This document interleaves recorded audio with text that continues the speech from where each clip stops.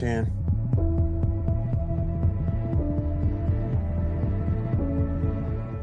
So welcome to a new episode, and today we are going to talk about the Peripheral web series released on Amazon Prime Video. I'm giving it Season 1 review in this video. The story of the Peripheral web series goes like this. The Peripheral is about Flynn and her brother Burton, who live in a small town taking care of their sick mother. To pay for the medical treatment of their mother, they play simulations to make that extra money. When Burton is presented with an opportunity to test a new virtual reality game called Simulation, little do they know that people from the future will try to kill them and their lives will come in great danger. You must have come to know what is the story of this web series. So now what is my review of this web series?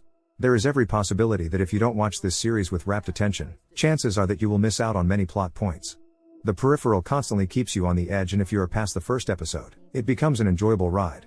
The sci-fi drama is a murder mystery at its heart, with a setting that has often been explored by Hollywood. But it's the placement of the story in a time travel saga that keeps you engaged. The 8 episodes of the series are almost hour-long episodes, but nowhere do you feel bored or skip the sequences despite its overall slow pace. The series does time travel in style and in an entertaining fashion. The plot of the series is based on William Gibson's much-acclaimed 2104 novel by the same name, and revolves around Flynn and her brother Burton. They both live in a small town taking care of their ill mother. While Flynn works at the local 3D printing shop, Burton is a Marine veteran. To pay for their mother's medical treatment, they sometimes resort to playing simulations to earn those extra bucks.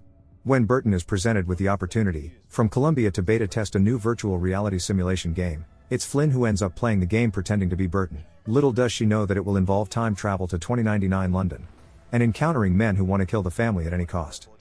The Peripheral begins in London in 2099 and then keeps swinging back to 2032. It's a London that looks a bit deserted and dystopian. While we have witnessed films and series based on time travel in the past, this drama has so much meat that it easily stands heads and shoulders apart. It has a story that has action, mystery, and drama in equal measure, and sometimes you actually forget that you are watching a time travel saga until a robot appears. Apart from the main story of Flynn and Burton, it also has stories of other characters running parallelly. And thus we get to know about Jasper, Jasper's uncle, Aelita, and Wilf, a man who has a connection to everything. Almost every character in the series is well sketched out, and thus gives more weight to the story. It's a series that will remind you of sci-fi films and series like The Matrix, Ready Player One, and Westworld, but credit to the makers that they succeed in giving it an individual personality. The production quality of the series is top-notch, and it does make you believe what's happening on the screen. Chloe Garcia Moretz has done a terrific job in the role of Flynn. Her facial expression in most of the scenes says it all. A young girl who is slightly bogged down by the pressure of taking care of her ailing mother, doing a regular job, and finally doing something to earn extra bucks. She carries the character with aplomb. But the Peripheral remains one series where virtually every character stands out. Gary Carr as Wilf, Jack Rayner as Burton, and Charlotte Riley as Aelita West. They all look the part and are completely in sync with the vision of the makers. This thriller is a series that's full of intrigue and mystery, and writing anything further will just amount to giving spoilers. This series works on multiple levels: characters, plot, and mystery.